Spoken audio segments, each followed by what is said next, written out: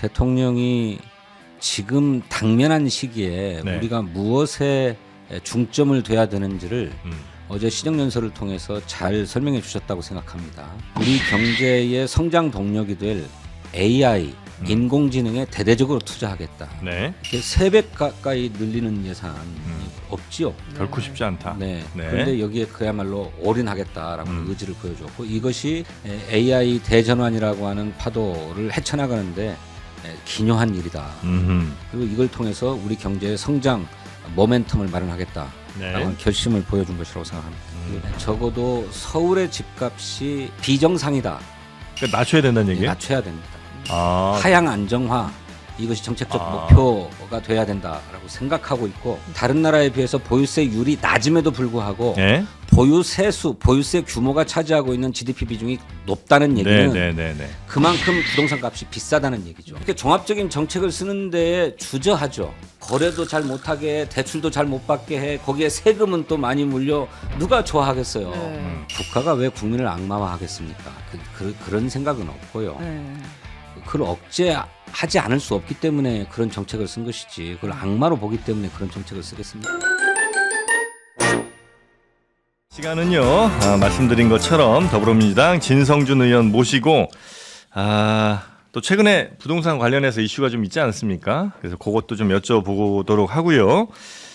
그리고 또 예산과 관련해서도 잠깐 한번 좀 짚고 넘어가도록 하겠습니다. 더불어민주당 진성준 의원님 어서 오십시오. 네, 안녕하세요. 네, 반갑습니다. 네, 우리 최윤경 기자 함께하겠습니다. 네, 안녕하십니까? 네, 우리 최윤경 기자가 또 부동산 참 일단 사과 좀 하고 가실래요? 정말 죄송하게 생각하고요. 네. 이렇게 안 맞는 것 같습니다. 네. 그러니까 최윤경 기자가 원래 이제 주식도 전혀 안 하다가 예. 어제부터 이제 한다고 제가 공식 선언을 했거든요. 네. 그러셨군요. 네, 그래. 들어간다. 했더니 그때부터 주가가 박살나고 있습니다. 박살이 나고 오늘 지금 사이드카 발동하고 난리 그러니까요. 났습니다. 진짜 네, 죄송하게 그렇더라고요. 생각하고요. 지금 여러분 줍줍 타이밍입니다. 지금입니다. 말 조심하세요. 그래 지금 진성준이냐 최윤경이냐 지금 둘 중에 누가 더 주가 더 떨어뜨리냐 요 이렇게 이제 지금 설문 한바닥 욕을 먹고 들어왔습니다. 네. 자, 우리 진성준 의원님께 근데 진성준 의원님 진짜 네. 욕을 너무 많이 드시더라고요. 예, 예를 들면 뭐 주식 투자자들한테 뭐 공공의 적이 됐고 네. 그다음에 부동산 또 하시는 분들한테도 그 보이스 얘기 그것 때문에 엄청 욕 먹고 코인 하시는 분들도 코인 과세하자는 얘기 아마 작년 연말인가 한번 하셨었잖아요. 예, 뭐 예정대로 시행해야 된다 이렇게. 예, 그래서 하여튼 뭐 그 누구로부터도 세금 송준이에요 지금. 환영받지를 못하고 있어요. 근데 저는 그런 모습은 굉장히 존경스럽다 생각합니다. 개인적으로. 네, 실리는 없고. 그러니까 이런 분도 계셔야 되는 거예요. 네. 네. 그게 이제 맞는지 틀린지 뭐 좀 더 얘기를 나눠봐야 되겠습니다만 여튼 이런 소신, 네, 그건 뭐 당에서도 지금 거의 환영 못 받으시죠? 글쎄 저는 의원들이 공개적으로 당신들의 입장을 얘기하지 않아서 그렇지 속으로는 많이 지지하고 있다 이렇게 생각하거든요. 아 그래요? 부동산 문제에 있어서요? 아니면 부동산 문제나 또 과거의 금투세 금투세도 문제나 그렇고. 필요한 일이고 마땅하다라는 생각들은 다 하고 계시지만 네. 이것을 공개적으로 표명하기를 좀 꺼리는 것 같아요. 맞을 진성준 것 같아서. 욕먹는 걸 보니까 정치인들 아니고 뭐 세상 누구라도 욕먹고 싶겠습니까? 네. 뭐 인지상정이라고 생각은 하는데 그래서 저는 의외로 진성준의 주장에 대해서 공감하고 지지해주는 의원들이 상당히 있다라고 내심. 믿고 있습니다. 뭐 겉으로 표현은 못하지만 예. 일일이 뭐 이렇게 체크해보진 않았지만 알겠습니다. 그러면 다행입니다. 네. 제가 지금 마음이 좀 그래도 좀 네. 놓여집니다. 자, 그럼 우리 의원님과 함께 먼저 예산안 간략하게 좀 한번 평가 여쭤보고 부동산 시장 얘기 한번 좀 가보면 어떨까 싶은데 예산안은 어떻게 이번 평가를 어떻게 하고 계신지? 대통령이 지금 당면한 시기에 네. 우리가 무엇에 중점을 둬야 되는지를 어제 시정연설을 통해서 잘 설명해 주셨다고 생각합니다. 크게 3가지죠. 하나는 우리 경제의 성장 동력이 될 AI, 인공지능에 대대적으로 투자하겠다. 네. 제가 숫자에 약해가지고 어지간한 숫자는 잘 기억을 못 하는데 이건 제가 기억을 해요. 올해 인공지능 관련 예산이 3조 3천억 원인데 내년도 예산에는 10조 1천억 원을 편성했어요. 네, 3배. 예. 이렇게 3배 가까이 늘리는 예산이 없지요. 결코 쉽지 않다. 네. 그런데 여기에 그야말로 올인하겠다라고는 의지를 보여줬고 이것이 AI 대전환이라고 하는 파도를 헤쳐나가는데 기묘한 일이다. 그리고 이걸 통해서 우리 경제의 성장 모멘텀을 마련하겠다라고 네. 하는 결심을 보여준 것이라고 생각합니다. 그리고 두 번째로는 그동안에 우리 경제 상황이 굉장히 좋지 않았기 때문에 서민들의 생활이 말이 아니에요. 우리 청년들 실업률도 굉장히 높고 빈곤층 비율도 굉장히 크고 그래서 이 서민 생활들을 안정시켜야 되겠다라고 하는데 상당한 투자들을 하고 있습니다. 또 우리 국민 개개인이 뭐 연령으로나 계층으로나 다양한데 생애 주기에 맞게 좀 적절한 지원들을 해 나가야 되겠다. 이 세 가지를 강조해서 말씀해 주셨거든요. 네. 저는 어려운 형편이지만 재정이 제대로 역할을 해야 되겠다라고 생각하고 그 재정의 중점을 어디에 둘 것인가를 현재 필요한 당면 과제에 적절하게 배분한 그런 예산안이다 이렇게 평가합니다. 예산안에 대해서는 매우 긍정적으로 평가를 하고 계시는 것 같고요. 뭐 댓글에서 지금 또 난리가 네. 나서 왜죠? 아니 이제 그 부동산. 예. 근데 제가 이거는 뭐 네. 저의 느낌이긴 하지만 금투세를 얘기했을 때 주식하는 분들은 되게 반발을 많이 했어요. 근데 보유세에 대한 생각들은 약간 좀 네, 반반이긴 좀 다른 것 같아요. 한것 그래도 같은데. 보유세를 더 준 거가 아니라 보유세를 올려야 한다라는 목소리도 적지 않기 때문에 이거는 꼭 그 진성준 의원님 외로운 싸움은 아닌 것 같다고 저는 느끼거든요. 그럼 주로 주식 투자하시는 분들이 보유세 강화에 지지해 주시는 것 같아요. 그래요 또? 부동산에 쏠려 있는 자금을 네. 주식시장으로 주식으로 돌려야 넘어가. 된다. 그래야 이제 코스피나 주식시장 그래요? 주가가 오르니까. 그래서 그런 게 아닌가. 어제 저기 오늘이 동지가 되는 거예요. 그런 거죠. 근데 네. 우리 정부는 집값에 대한 기본 입장이 너무 비싸서 내려야 된다요? 아니면 현행 정도 유지되는 게 좋다요? 아니면 지금보다 좀 더 올랐으면 좋겠네요. 그게 조금 모호하죠. 그것이 모호한데 네. 적어도 서울의 집값이 비정상이다라고 하는 데는 인식을 같이 하고 비정상이다. 그럼 너무 낮춰야 된다는 높다. 얘기예요? 그리고 너무 높은 거죠. 그러니까 낮춰야 된다는 얘기예요? 낮춰야 됩니다. 아, 하향 안정화 이것이 정책적 목표가 돼야 된다라고 생각하고 있고 예. 그렇지만 정부가 그거를 급격하게 하향 안정화하는 것은 오히려 경제에 충격을 줄 수 있기 때문에 그 속도도 조절하려고 하는 게 아닌가 저는 그렇게 생각하죠. 그러니까 제가 뭐 피부로 느끼기에는 그러니까 뭐 이전 정부들 쭉 보면 집값 비싸다는 얘기, 낮춰야 된다는 얘기를 많이 하지만 실제로 여러 정책들을 보면 집값 낮아지기를 진심으로 바라는 것 같지는 않은 것 같은 경우를 많이 봤거든요. 그래서 진짜 정부가 이게 집값이 낮아지길 원하는 건지 아니면 집값이 현행 유지 정도 되는 걸 제일 바라는 건지 아니면 높아지는 걸 바라는 건지를 잘 알아야 혹여 내가 자산으로서 어떤 투자를 하더라도 혹은 내가 지금 집을 살 타이밍을 이렇게 보고 있더라도 그 올바른 선택을 할 텐데 이를 늘 정부가 했던 그냥 겉으로 발표한 얘기랑 실제 하는 정책은 조금씩 달랐던 것 같아서 이번 정부는 어떻게 보고 있나가 좀 궁금했거든요. 예. 네, 일단 서울은 비정상적으로 비싸다. 그래서 조금 낮춘다. 낮춰야 맞아요? 된다라고 생각하고 있습니다. 알겠습니다. 거기에는 뭐 이른바 뭐 관료라든지 아니면 정치인들도 다 동의하는 바예요. 왜냐하면 자기들의 집값이 달려 있는 문제일 거 아니에요. 뭐 관료들 중 상당수는 제일 비싼 동네에 이제 집들이 있고 또 혹은 다주택자들이고 뭐 국회의원들 역시도 상당수가 그러다 보니 본인들의 자산 가치가 낮아지는 거에 정책을 시행을 해야 되잖아요. 뭐 그거는 맞나요? 글쎄 그 공무원들이 그런 이해 충돌을 보인다고 하면 그건 잘못된 것이니까 네. 반드시 시정돼야 된다고 생각하는데 단적으로 보면 우리나라의 자산 보유세 특히 이제 부동산이죠. 부동산에만 보유세가 부과되니까요. 자산 보유세가 전체 GDP에서 차지하는 비중이 다른 OECD 이 선진국들의 평균에 미치지 못합니다. 네. 왜 그런가? 평균을 뛰어넘어요. 보유세 비율이. 보유세가 GDP에서 차지하고 있는 비율이 OECD 평균의 이상입니다. 보유세율은 아마 다른 나라보다 훨씬 적을 텐데 네네. 그럼에도 총액 자체가 다른 나라보다 높다는 건 예. 그만큼 자산이 부동산에 너무 몰빵돼 있다는 얘기신가요? 그렇습니다. 네. 그게 그러니까 다른 나라에 비해서 보유세율이 낮음에도 불구하고 네. 보유세 규모가 차지하고 있는 GDP 비중이 높다는 얘기는 네. 그만큼 부동산 값이 비싸다는 얘기죠. 예. 네. 부동산 가격이 비싸거나 아니면 우리나라 전체 자산 중에 부동산이 차지하는 비중이 한 7, 80% 되니까 그렇죠.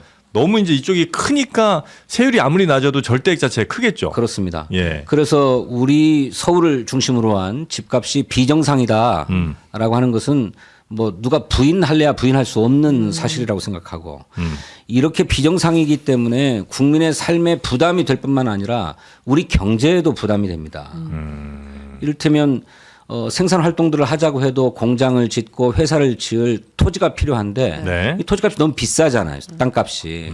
그러니까 경제적 비용이 많이 들어가는 거예요. 네. 경제에 부담이 될 수밖에 없습니다. 근데 이제 원인을 진단하자고 하면 왜 이렇게 오르고 왜 이렇게 비싸다고 보시는 거예요? 일단 집값으로만 한정하면 네. 흔히들 수요에 비해서 주택 공급이 부족하니까 뭐 수요 공급의 법칙에 따라서 가격은 결정된다는 네네. 경제학 일반 기본. 상식이 있잖아요. 네네네. 늘 이 얘기를 들어서 네. 수요에 비해서 공급이 부족하니까 집값이 높은 것은 당연하다. 네. 특히 서울은 그렇지 않느냐. 예. 일리가 있는 얘기입니다. 지방에 비해서 서울 집값이 높은 것은 그런 이유죠. 네. 그런데 동시에 그 수요에는 정말로 집에서 거주하고자 하는 실수요만 있는가? 그렇지 않다는 거예요. 네. 한 절반 정도는 투기적 가수요가 있다. 근데 재산을 좀 불리려고 하는데 네. 주식보다도 부동산이 훨씬 안전한 자산 같아요. 네. 그러니까 지금 좀 사놔야 되겠다라고 예. 하는 투기적 가수요가 있어요. 예. 실제로 통계에 따르면 올해 서울의 갭 투자 비중이 40%입니다. 예. 네. 그리고 집값이 특히 높게 형성된다고 하는 뭐 강남 네, 또 서초. 마용성 네, 네. 뭐 이런 데는 갭 투자 비중이 거의 50%에 육박해요. 그러니까 전세 끼고 사는 사람들. 그렇죠. 네. 그러니까 이것은 그야말로 수요 공급에 의해서 결정되는 것이 아니다. 투기적 수요가 있는 거다.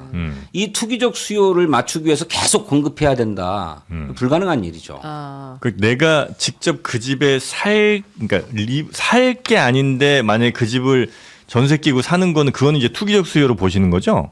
맞나요? 그렇죠. 네. 불가피하게 그런 경우도 있겠지만 네. 대체로는 그 투기적 수요다. 투자적 수요다 이렇게 생각합니다. 그러면 가수요다. 지금의 그 세 차례 나온 정책들은 그 말하는 가수요, 투기적 수요를 잡으려고 지금 내놓은 정책인 거라고 그렇습니다. 봐야 돼요. 아, 그럼 이제 계속 잡을 수 있다고. 그 중에 두 배는 그렇고 하나는 공급 대책이니까. 네, 네. 그렇죠, 그렇죠, 그렇죠. 네. 근데 잡을 수 있다고 보시는지가 저는 궁금해요. 왜냐하면 이 그 투기적 수요라는 것이 사실상 뭐 갭 투자라는 것도 자산을 불리려고 하는 것도 맞지만 내가 이제 돈을 벌면 거기 들어가서 살려고 하는 수요가 되기도 하고 실수요가 되기도 하고 그리고 이 투기적 수요라는 말이 맞다면 그걸 인정하지 않을 수 없을 것 같아요. 이제는. 그러니까 이 시장에서 저 투기적 수요는 나쁘니까 저거를 한다고 눌러지지 않는 것 같고 그냥 이걸 자연스럽게 부동산의 수요라고 인식해야지 대책이 나오지 않겠나? 그런 생각이 들거든요. 그 투기적 수요는 네. 그것이 돈이 된다고 생각할 때에만 수요가 발생합니다. 네. 돈이 안 된다고 생각하면 투기적 수요가 발생할 수가 없지요. 그래서 경기 상황에 따라서 또는 금리 상황에 따라서 또는 무슨 세제 상황에 따라서 투기적 수요는 생기기도 하고 없어지기도 해요. 실제로 이거를 실증적으로 분석한 교수님이 계신데 네. 이분의 발표에 의하면 문재인 정부 기간 동안에 주택 공급이 뭐 인허가 수로나 착공 수로나 또는 준공된 수로나 또는 멸실된 주택을 포함한 실제 순공급 수요나 순공급분이나 절대 적지 않았다는 거예요. 부족하지 않았다. 네. 예, 다른 정권에 비해서 충분했는데 그때 막 집값이 2배 이상 막 뛰지 않았습니까? 네. 그런데 반면에 윤석열 정권 때에 들어서서는 네. 특별히 공급이 늘어나지 않았는데 집값이 좀 떨어졌죠. 그러니까 그것은 네. 투기적 수요라고 하는 것이 뭐 그런 데서만 발생하는 게 아니고 네. 뭐 수요와 공급으로만 이 집값 문제를 설명할 수 없다라고 하는 얘기인 겁니다. 그때 세상에 근데 어떤 자산이 투기적 수요가 아닌 게 있나? 저는 왜냐면 이제 이거 인정해야 된다고 저는 금을 아니, 살 그러니까요. 금을 저는- 살 때도 내가 금반지용으로 네네. 사는 사람보단 전체 금의 거래를 보면 그냥 금 투자하는 사람이 훨씬 많잖아요. 내가 금반지 낄 것도 아니지만 네네. 그런 경우도 다 어찌 보면 가격 네. 오를 걸 예상하고 하는 투기적 수요잖아요. 네. 그러니까 그걸 다 못하게 할 수는 없을 거고. 네, 그건 현실이죠. 네. 현실입니다. 그런데 그걸 좀 우리는 좀 갈라봤으면 좋겠어요. 집이라고 하는 것이 정말로 그렇게 투기적 수요, 이게 자산 불리기의 수단으로 활용되는 것이 옳으냐라고 하는 문제를 점검해 봐야 되고 그것 때문에 많은 국민들, 특히 청년과 서민들이 주거에 큰 부담을 안고 있잖아요. 네. 그렇다면 정부의 정책은 오히려 실수요를 보장하고 실수요를 충족시키기 위한 정책을 써야 되지. 네. 이를테면 투기적 가수요를 그것도 수요로 인정하고 그 투기적 가수요에 부합하기 위한 정책을 써야 되는가. 저는 정책의 우선순위는 당연히 실수에 맞춰줄 수밖에 없는 것이다라고 생각합니다. 네. 그리고 또 원론적으로도 주택을 그렇게 투자의 수단이나 뭐 자산 증식의 수단으로 보는 것이 바람직하지 않다라고 보는 것이 필요하다고 생각하고요. 네. 근데 두 번째로는 현실적으로는 네. 그 돈이 되니까 집을 사두겠다고도 하고 그래서 투자를 하겠다고 하는 사람들이 있지요. 네. 그렇다면 그에 따른 소득 또 그에 따른 자산 증식에 대한 세금은 내야 되겠다. 뭐 그건 그럴 수 있겠네요. 라고 하는 거죠. 네, 네, 네. 근데 이걸 못 내겠다고 하는 거잖아요. 네. 그건 저 주식 투자를 또 마찬가지예요. 네. 주식 투자에서 네. 큰 소득을 냈으면 예. 합당하게 세금을 내야죠. 네. 근데 안 내겠다고 하잖아요. 그래서 네. 그전에는 뭐라고 그랬냐면 네. 우리 주식 시장이 너무 바닥인데 네. 막 무슨 뭐 2,300 길길대고 막 그쪽으로 그 아래로도 떨어지고 이게 좀 한 3,000 되면 한 4,000 되면 그때나 좀 금투세도 해라 뭐 이런 네. 거였어요. 네, 4천이 됐어. 그런데 이제 3,000 넘어가고 4,000 다 돼도 네. 아 이제 금투세 할 때 됐다라고 얘기하는 분들이 계십니까? 만약에 그 얘기를 제가 지금 꺼내면 네. 저것도 주가 끌어내리려고 작정했다라고 할 거예요. 오늘 같은 날 특히나. 네네. 그래서 네. 저는 이것은 네. 그냥 선호에 맡길 문제가 아니다. 네. 국가가 정책을 펴는 데 있어서는 네. 네. 어떤 것이 국민 다수를 위한 선택인가 네. 공공적 선택인가를 놓고 판단해야 될 문제다라고 생각해요. 네. 그럼 이 문제를 한번 넘어가 볼게. 집값을 어쨌든 안정화해야 된다. 투기적 그 가수요는 누르거나 제한해야 한다. 그리고 전반적으로는 상승에 대한 기대를 좀 낮춰줘야 한다라는 이야기를 지금 하시는 거잖아요. 그렇습니다. 근데 그 보유세는 그 방법은 아닌 거죠. 그러니까 그걸 하기 위해서 올리는 건 아닌 거죠. 예를 들면 그렇죠. 세금으로 그러니까 집값을 잡을 수 있다고 믿는 건 아닐 거 뭐 아니에요. 그런 것은 아니고요. 네. 그러니까 그 집값을 잡으려면 그야말로 종합적인 대책이 필요하다고 생각해요. 수요를 억제하기 위한 것에서부터 또 시중의 유동성, 시중의 자금이 막 풀리지 않도록 하는 네. 뭐 대출 규제 같은 정책들 또 동시에 주택을 보유하는 데 따른 세금 부담 때문에 큰 수익을 기대하기 어렵다라는 것. 그다음에 이 주택을 양도했을 때 네. 발생하는 소득 이게 수준도 줄이는 일들이 필요하죠. 네. 이런 종합적인 대책들이 다 사용되면서 또 이거 비교적 장기간에 걸쳐서 사용되어야 집값은 하향 안정화될 수 있다고 생각해요. 그런데 그렇게 종합적인 정책을 쓰는 데에 주저하죠. 왜냐하면 뭐 거래도 잘 못하게 대출도 잘 못 받게 해 거기에 세금은 또 많이 물려 누가 좋아하겠어요. 네. 국민들이 싫어하죠. 네. 그러니까 정치권에서는 그런 종합적인 정책을 한꺼번에 쓴 것을 주저할 수밖에 없습니다. 그러니 부분적 대책들을 막 이렇게 조금씩 내놓게 되죠. 네. 그럼 근데 부작용만 생겨요. 그런 부작용만 생겨요. 네. 네. 그 실컷 내놨는데 네. 집값은 잡히지 않고 더 뛰어오른단 그렇죠. 말이죠. 피하는 방법들만 또 연구하고 사람들이. 네. 그래서 막 백약이 무효다. 뭐 네. 집값을 정책을 쓸 때마다 집값이 오르니까 차라리 가만히 있어라. 네. 뭐 이런 얘기까지 나오는 그래서 거잖아요. 제가 정책할 때만 저기 진짜 내리려는 정책인가 아니면 약간 의심을 하는 게 그런 거라니까요. 아니 그러니까 네. 그러니까 이제 정치를 하면서는 그런 네. 정책이 어떤 효과가 있을지를 정확하게 예측하기는 쉽지 않습니다. 그러다 보니 한 번에 아주 세고 과감한 정책을 쓰기는 좀 어려워져요. 네. 조금 단계적으로 접근할 수밖에 없는 태생적인 이유가 있는 거죠. 네. 그런데 아까 말씀드렸던 것처럼 저는 정부가 저는 뭐 빠르게 선제적으로 뭐 조치했다고는 생각하지 않습니다만 네. 그래도 너무 늦지 않게 시장에 개입해서 수요를 억제하기 위한 대출 규제 정책이나 또는 토지거래 허가 정책 같은 것들을 썼다고 생각해요. 네. 또 공급 대책도 내놓겠다고 하죠. 그런데 빠져 있는 부분이 있다. 그거는 보유세의 문제에 대해서 뭐 정부가 그것도 뭐 고민하겠다. 그래 로드맵을 내놓겠다고는 했습니다만 정치권에서 당장 반대가 오니까 주저하고 있는 거잖아요. 네. 이건 좀 아쉬운 대목이다. 저는 그렇게 생각합니다. 보유세는 그럼 더 높여야 한다고 생각하시는 거고. 저는 높여야 된다고 생각합니다. 어느 수준까지인지도 혹시 생각해 두신 게 있으세요? 아니요, 저는 전에 뭐 근본적으로 1% 얘기도 잠깐 나오긴 근본적으로 네. 재설계할 필요가 있다고 생각해요. 네. 그러니까 적어도 기준을 생각하면 윤석열 정권이 깎아줬던 것만큼은 원상 회복돼야 된다라고는 저는 생각하는데 네. 감세했던 것만큼은 원상 회복돼야 된다고 생각하는데 저는 차제의 종부세를 중심으로 한 보유세제를 전면적이고 구조적으로 재설계할 필요가 있다고 생각합니다. 네. 특히 지금 집값 상승을 주도하는 것은 똘똘한 한 채라고 하는 거예요. 네. 근데 1가구 1주택의 경우는 많은 세제상의 혜택이 있거든요. 예. 그러니까 세금 부담도 없으니 뭐 갭 투자를 통해서든 뭐 전세를 끼고 사든 네네. 일단 똘똘하고 돈이 될 만한 집을 하나 놔두면 잡아두면 돈이 되겠다고 생각하는 거잖아요. 네. 저는 그렇기 때문에 이게 보유 주택 수로 무슨 중과하거나 가산하거나 하는 식의 설계가 아니라 총액. 가액으로. 네. 소유하고 있는 집에 바람직한 것 같습니다. 자산 총액으로 네. 가격 총액으로 그래. 누진적으로 설계할 필요가 있는 게 아니냐. 네. 그러니까 고가 주택에는 더 이제 보유세를 높이고 그 비율 높이고. 그렇죠. 세율을- 그렇게 해야 되죠. 그러니까 예를 들어 한 채인데 뭐 50억이야. 근데 5억짜리 세 채 있어.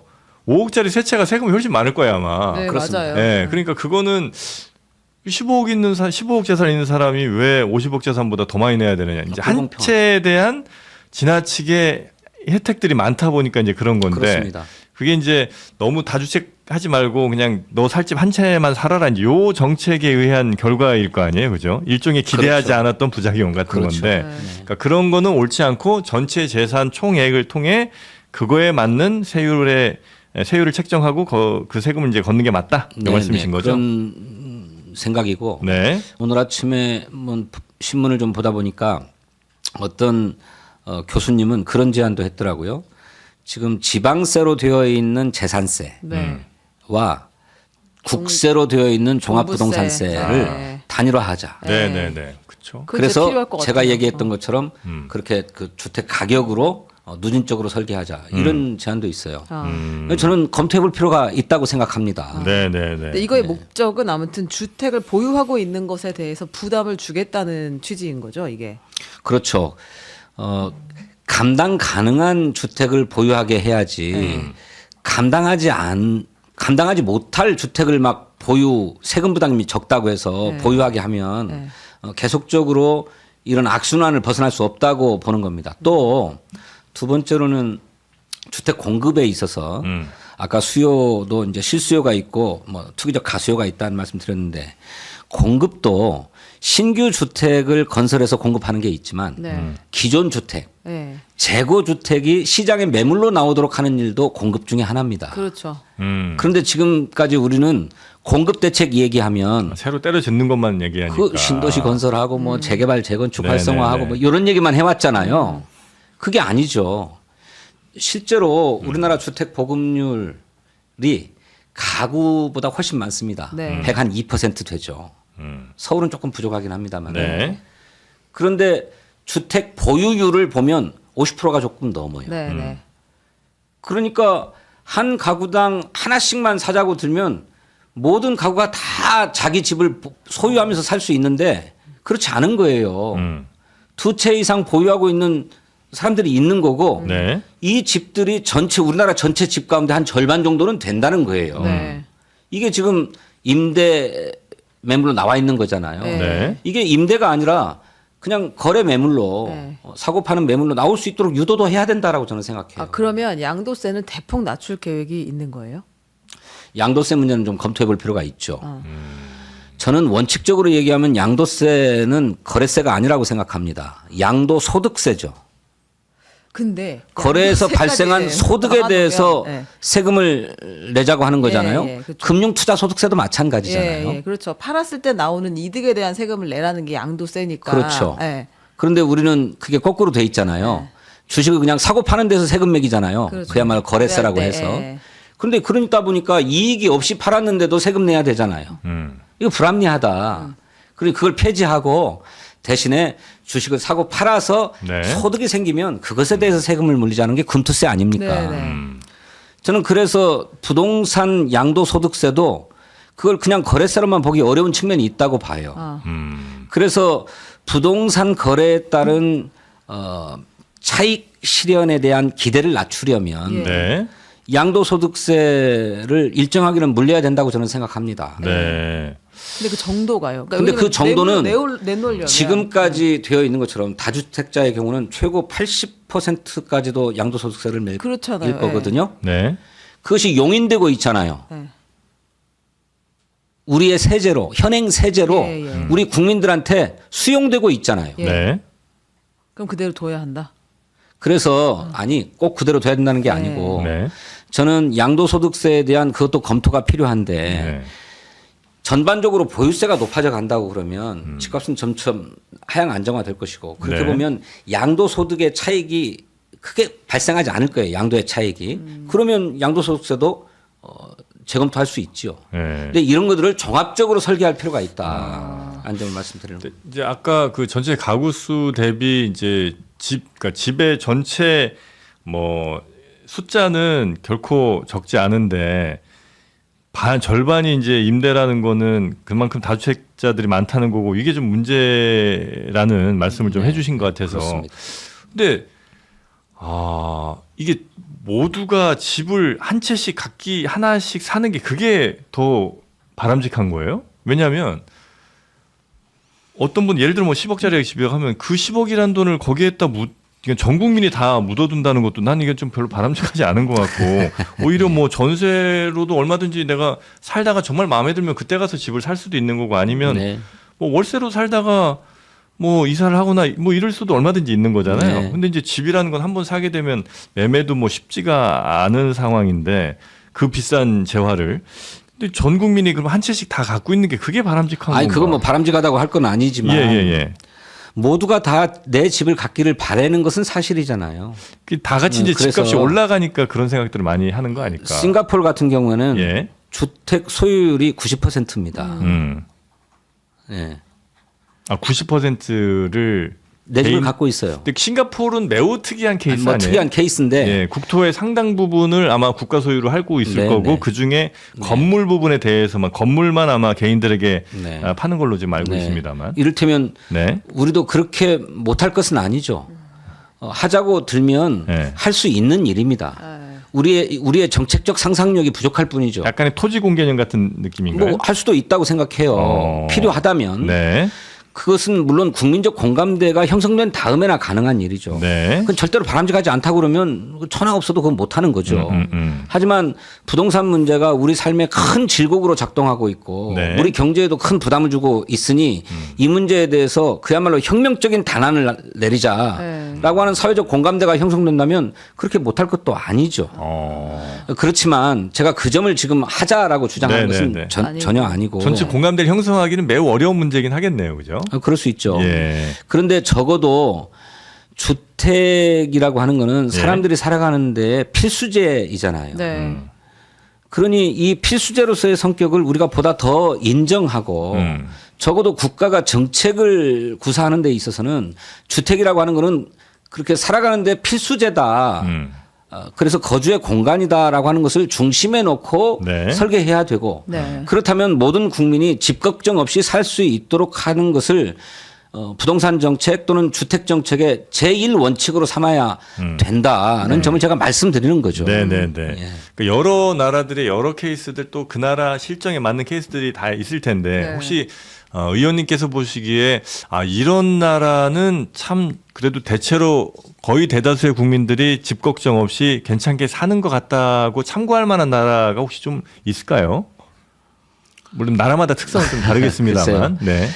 뭐 저마다 뭐 네. 역사와 환경에 따라서 형성된 것이니까 그렇겠죠. 네. 뭐 어떻게만 하겠습니까마는 많이 인용되는 것처럼 싱가포르의 경우도 싱가포르. 뭐 독특하긴 하지만 네. 그렇게 했고 우리도 그런 컨셉을 차용한 토지 임대부 주택을 공공이 적극 공급해야 된다라고 하는 얘기들은 진즉부터 있어 왔죠. 그러니까 토지는 공공이 갖고 있고 네네. 그 위에 건물들이 이제 건물만. 민간에게 그렇죠. 하고 나중에 뭐 100년이든 뭐 이렇게 이제 지나서 다시 회수할 수 있는 이런 그러면 예, 그야말로 반값 아파트도 가능하다라는 얘기를 하잖아요. 네. 근데 왜 이걸 우리가 못 하고 있습니까? 그게 정말로 집값을 잡는데 유용한 수단이라고 한다면 네. 그리고 우리 서민들에게 내 집 걱정 없이 살 수 있도록 해주는 길이라고 한다면 예. 정부가 거기에 힘을 넣어서 그렇게 공급하겠다고 해야죠. 민간에게 소유권이 넘어간 토지를 국가가 다시 어떻게 할 수 있는 방법이 있기는 할까요?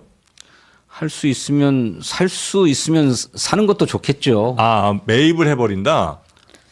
매입. 그것도 너무 큰 얘기 멀리 아직 실현되진 않은 네, 얘기인데. 네, 얘기인데 네. 저는 이제 그 얘기는 하고 싶은 게 보유세를 만약에 올린다 우리가 그러면 이거를 이제 집값을 보유세를 올린다고 집값이 잡힐 거라고 저는 생각하진 않는데 만약에 진짜 다주택자가 시장에 매물을 내놓는 공급을 좀 촉진하는 차원에서라도 보유세를 확 올린다고 하면 그러면 양도세는 내려줘야 한다고 저는 생각해요.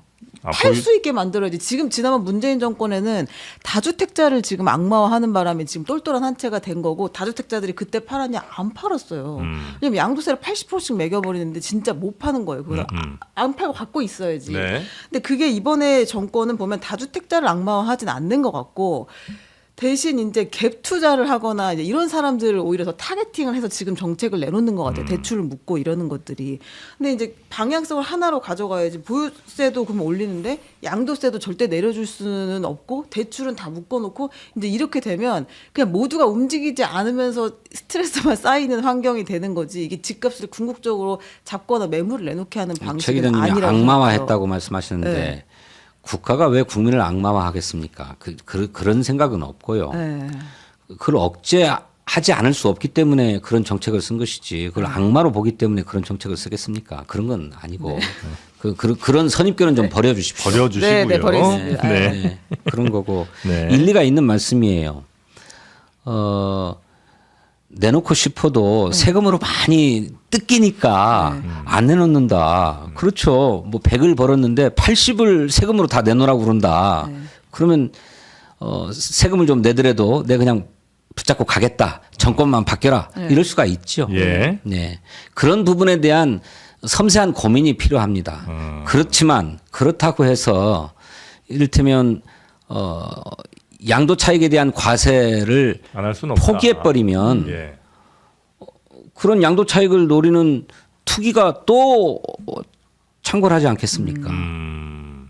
그런 데 대한 그 균형점이 어디일까를 잘 살펴야 되는 거죠. 네. 그리고 또 양도 차익이 다시 부동산 시장에 또 투자금으로 들어갈 수도 있으니까 조심하긴 해야 되나. 아무튼 매물을 유도하려고 하면 조금 저는 양도세는 낮춰야 되는 거 아니에요. 그게 목적이라고 하면 그런 생각은 좀 들고. 네. 예. 양도 소득세로 불러주십시오. 아, 네, 양도소득세요. 그래서 뭐 더 보유세를 더 올리면 되겠죠, 뭐. 그러면 못 견디고 그러니까 그게 오해라니까요. 아, 그래요? 말씀하신 것처럼 네. 궁극적으로 1가구 1주택이 바람직하다고 만약에 생각해요. 네. 그러면서 보유세를 올려요. 그럼 네. 그 1주택자들이 집을 팔고 네. 양도세도 내요. 네. 그러고 나서 더 그러면 작은 집이나 다른 동네 집으로 가잖아요. 그럼 네. 거래세 다 포함하면 그 집 못 가요. 네. 결과적으로는 이 집을 전세를 주든지 월세를 주든지 하고 잠깐 빠져 있는단 말이에요. 그러니까 보유세를 올린다고 해서 그게 시장에 거래 매물로 나오질 않아요. 그건 보유세를 진짜 올려도 제가 봤을 땐 그건 그냥 머릿속의 기대지 현실 시장이 그렇게 움직이지 않더라는 예를 들어 거예요. 20억인데 매년 한 5천만 원씩 내야 돼. 네. 그래도 갖고 있어요? 그러면 이제 반전세로 돌리고 일단 버틴다니까요, 사람들이. 반전세로 돌리고 그걸 만약에 버틴다. 20억짜리를 판다고 생각해 보세요. 네. 근데 뭐 한 양도세를 한 4억 낸다고 생각해 보세요. 네. 그럼 나한테 남는 돈 20억 부동산이 다 내게 20억 생돈이 아니잖아요. 뭐 빚도 있을 거 아니에요. 네, 그거 다 네. 청산하고 났는데 지금 대출도 못 받는 국면에는 갈 데가 없어요. 이렇게 되면. 그러면은 다니던 학교도 옮기고 직장이랑 멀어지는 곳으로 큰 결심을 하고 넘어가야 된단 말이에요. 그 선택을 하진 않는다. 그렇게 하지 않더라는 거예요. 시장의 참여자들이. 그러니까 이거를 되게 단순하게 보유세를 올리면 이 사람들이 힘들어서 내놓지 않겠어? 오케이, 그럴 수 있어요. 그걸 제가 인정을 하는데 네. 그러면 정말로 그런 선택을 하지 않을 수 없을 만큼 센 보유세 정책이 있었습니까? 그러니까 그게 맞느냐. 그러니까 맞냐 틀리냐를 떠나서 네. 보유세를 강화해야 그런 효과가 발생하지 않는다라고 하는 것도 예단이라는 거예요. 그러니까 예단인 이것도 가지 거고. 않은 길이니까 뭐 이제 우리가 고민을 해봐야 될 텐데 말씀하신 것처럼 총체적으로 그러니까 틀을 한 번에 설계해야 된다는 말은 저는 동의를 해요. 네, 근데 이제 그게 꼭 이제 예상대로 이 단순하게 결과가 나올 것이냐에 대한 의심이 좀 양도세를 좀 네. 낮춰주면 의미 있는 얘기죠. 그러니까 양도소득세 지금 보유세를 높인다의 아이디어는 뭐냐면요. 네. 저 고가 주택에 살고 있는 할머니 할아버지들 현금 흐름이 없는 사람들 내놓으라는 게 기본이에요. 예. 제가 이해하기로는 예. 우리가 지금 직장 생활하면 어떻게든 버틴단 말이에요, 사람들이. 근데 이제 은퇴한 분들이 집은 끼고 있는데 돈은 별로 없으면서 저 올라간 집을 핵심지에 갖고 있다. 그러지 예. 말고 팔고 이제 조금 외곽으로 나가셔도 되지 않아요? 이제 이런 아이디어라고 저는 이해했는데 네. 근데 그 사람들이 그러면은 가냐 안 판다는 거고 그리고 대신 양도세가 비싸서 그렇죠 양도세를 내고 나면 갈 데 없기도 예를 하고 들어서 30억에 샀는데 50억 뭐 60억이 됐어. 그럼 20억 30억이 남았는데 거기에다 대고 양도세가 뭐 좀 많이 나올 것 같으니까 그걸 포기하고라도 안 가신다는 거죠? 양도세가 비싸면 그렇더라고요. 그게. 그거 꼭 세금만의 문제는 아니고요. 그렇죠 네. 여러 가지 이제 그 어르신들은 자식들에게 물려주고 싶어라 하죠. 맞아요. 그런 것도 그 있고. 자산이니까 예. 자기의. 예. 뭐 자식들이 보내드리는 용돈도 아껴뒀다가 자식들한테 돌려주는 게 부모 심정 아닙니까? 네. 예, 그런 이유들도 있어요. 그러니까 반드시 양도소득세 때문에 그게 무거워서 집을 안 판다 이렇게만 보는 네, 꼭 것도 그런 뭐 것만은 과도한 아닌데. 말씀이고 맞습니다. 예, 그런 균형이 필요하죠. 이게 되게 네. 어려운 문제라고 네. 생각합니다. 그게 뭐 이게 심플하게 끝날 것 같았으면 벌써 누군가 해결했었겠죠 그랬겠죠. 뭐. 예, 예. 복잡한 문제입니다. 네. 쉽지 않은 이제 문제입니다. 전체적으로 저는 이제 크게 보자면 결국은 집값이 오르긴 하지만 혹은 자산들이 다 오르는 결국은 이제 현금이라는 것만 떨어지는 거 아닌가. 현금 가치가, 화폐 가치가. 그래서 그거는 혹시 우리에게 너무 현금이 많이 풀려서 그런 건가? 이런 생각도 좀 들긴 하거든요. 그러니까 여러 자산들 뭐 주식, 금, 뭐 채권, 코인 뭐 다 오르잖아요. 그렇게 원래 자산이 상대적으로 어떤 건 오르고 그때 다른 건 좀 내리고 뭐 이런 게 있어야 되는데 지금 다 같이 오른다는 거는 오로지 현금만 지금 가치가 떨어지고 있는 건 아닌가 하는 걱정이 좀 들긴 합니다. 네. 글쎄요. 그렇게 시중에 유동성이 너무 많다라고 하는 얘기도 있고 또 동시에 우리 경제가 이제 회복세에 들어갔다라고 하는 진단도 있습니다. 그래서 자산 가치들이 막 뛰어오르는 거다. 네. 그러니 뭐 김용범 정책실장 같은 경우도 그래서 뭐 집값 상방 압력이 상당하다 이런 네, 표현을 네, 쓰죠. 네. 그래서 지금은 비상한 각오로 임해야 한다. 그렇지 않으면 개도구럭도 다 놓친다. 지금 정부는 비생산적인 부동산에 쏠려 있는 자금을 좀 생산적인 분야인 주식시장이나 증권시장으로 돌려내겠다라고 하는 거고 또 무슨 국민 성장 펀드도 대규모로 구성하겠다고 하는데 이쪽으로 돈이 돌아야 되는 거잖아요. 근데 그러자면 부동산에 있는 돈이 이리 와야 되는데 네. 집값을 잡지 못하면 여전히 부동산은 매력적인 투자 자산이 되어서 거기에 돈이 묶이게 되죠. 네. 그렇습니다. 그러면 정부의 성장 전략도 깨지게 되고 또 부동산 값도 집값도 못 잡는 그래서 개도 구럭도 다 잃는 이런 상황이 올 수 있다. 개도 구록도 이래요? 개도 구럭도. 구럭도. 구럭은 개를 담는 그릇 용기를 말하죠. 네. 구럭도 다 그런 속담이 있어요. 네, 이거 정확히 왜냐면 써야 되기 때문에. 예. 젊은 분들은 좀 잘 안 쓰시는 뭐 네. 표현일 수 개도 있기 구럭도 때문에. 다 잃는. 네. 요즘 표현으로 하면 뭐가 적절할까요? 개랑 구렁 말고 네. 캔디통도 요 정도 하면 맞을까? 예, 수지 한방 캔디도 잃고 네. 요 캔디 케이스도 통도 이쁘잖아요. 있잖아요. 네, 이 통도 잃는 그런 상황이 아닌가 하는 생각을. 아니, 그럴 수 있다. 그럴 수 네. 있기 때문에 부동산 문제에 대해서 좀 비상한 각오로 임할 필요가 있다라는 겁니다. 알겠습니다. 자, 이게 말씀 많이 하시다 보니까 또 워낙 정치인은 말씀을 여기저기서 많이 하실 수밖에 없는 직업이다 보니까 목이 좀 칼칼하거나 특히 이런 환절기 때 고생하시는 경우가 많죠. 네, 그렇죠. 네, 그렇죠. 그래서 요런 사탕. So cool. 네, 소오쿨입니다. 소오쿨. 소오쿨. 수제 한방 목캔디인데요. 네. 아, 한 통에 얼마입니까? 한 통에 바로 사실 분위기인데 네. 한 통에 얼마야 이거? 가격은 안 알아봤네. 가격이 자 이게 가격도 모르시고 판매하십니까? 왜냐면 우리는 그냥 믿고 사시는 분들이 네, 많더라고요. 맞아. 예, 아, 가격 그러시군요. 됐어 얼마인데 그냥 이런 분들이 많은데 네. 예, 가격은 제가 바로 찾아서 드리겠습니다. 네. 근데 여기 수제 캔디예요. 수제 캔디고 6통에 네. 56,000원. 한 통으로는 안 파는군요. 한 통. 여섯 통에 통 한 12,000원, 세트 이렇게 네. 파십니까? 한 통에 12,000원 이렇게 되는데 5개 사시면 요게 이제 도라지 생강 감초배 또 맹문동 뭐 천문동 등 11가지 한방 재료와 과육을 진하게 끓여서 만든 네, 그런 사탕입니다. 국내산 재료만을 사용해서 만들었고요. 코와 목 기관지 진정에 좋은 원료가 많이 사용됐기 때문에 요즘 같이 건조하고 목 칼칼하고 자고 일어나면 왜 이렇게 목 만지게 되지 않습니까? 네. 그럴 때 필요한, 그럴 때 참 좋은 목 캔디가 아닌가 싶습니다. 네. 목이 자주 건조하신 분, 기관지 좀 평소 불편하신 분, 장거리 운전하시는 분들, 네 그런 분들께 꼭 필요하고요. 말 많이 하시는 우리 의원님께도 네. 필요하고 저도 좀 많이 먹어야 될 것 네. 같습니다.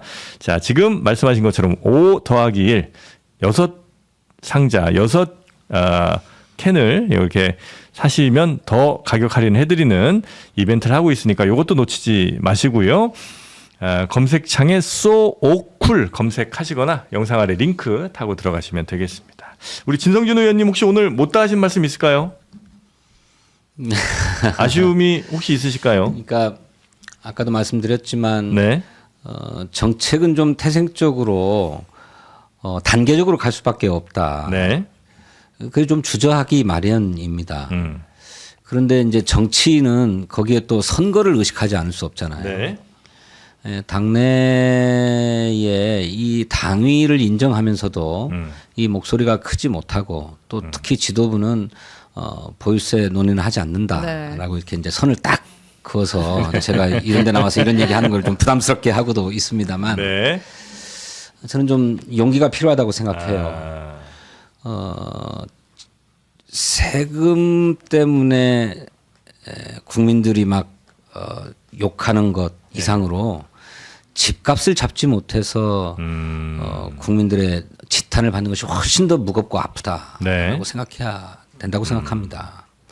그래서 내년 지방선거가 이제 얼마 남지 않았는데 그러니 뭔 논의를 하더라도 선거 후에 논의하겠다라고 하는 거는 좀 아니한 생각이고 네, 네, 네. 그 전에 확실하게 부동산에서 효과를 봐야 됩니다. 성과를 내야 되고 네. 성과를 내려면 보유세가 전부는 아니지만 여러 가지 종합적인 처방 가운데 이 세제 조치만큼은 빠져 있는 상황인데 세제에 대한 근본적인 검토를 통해서 부동산 대책의 완성을 기해야 된다. 네. 완성도를 기해야 된다. 아. 이런 말씀 꼭 좀 드리고 싶습니다. 아무래도 정치인들이 대체로 뭐 국민들 상대로 뭘 하다 보니까 자기에 의한 본인이 책임지는 것과 부작위에 의해 어떤 부작용이 일어나는 것에 대해서 저울질할 때 부작위에 의해서 그냥 뭐 문제가 생기면 이게 설령 더 큰 국민들에게 피해가 되더라도 본인이 욕을 안 먹을 것 같으니까 이걸 택하는 경우들이 종종 있는 것 같아요. 근데 전 그렇기도 하죠. 정치인들이라면 저는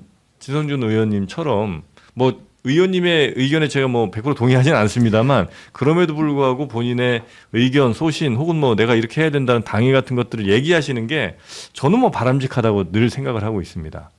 네, 감사합니다. 네, 힘이 됩니다. 아, 그렇습니까? 예. 그래서 뭐 설령 이러시다가 뭐 국민들로부터 욕을 좀 먹더라도 그래도 그거 하는 게 정치인의 책임인 거고 의무가 아닌가. 저는 뭐 그렇게 생각을 합니다. 개인적으로는. 나쁜 짓 하다가 욕 먹는 건 아니니까. 그러니까요. 저도 예. 그냥 그렇게 이건 이제 선택의 문제, 가치관의 문제고 선택의 문제일 거 아니에요, 네. 그죠? 네, 네. 내가 정치를 해서 더 많은 분들께 난 이런 내 가치관을 한번 선택받고 싶다. 이제 이런 걸 테니까 저는 뭐 진성준 의원님의 이런 행보는 저는 개인적으로 당에서 욕 먹더라도 혹은 지지하신 분들이 막 뭐 문자 폭탄이나 이런 거 하더라도 하시는 게 맞는 것 같다라고 생각을 합니다. 네, 고맙습니다. 자, 오늘 함께 해주신 진성준 의원님 다시 한번 감사하고요. 물론 댓글 창에는 온도는 뭐 아시겠죠?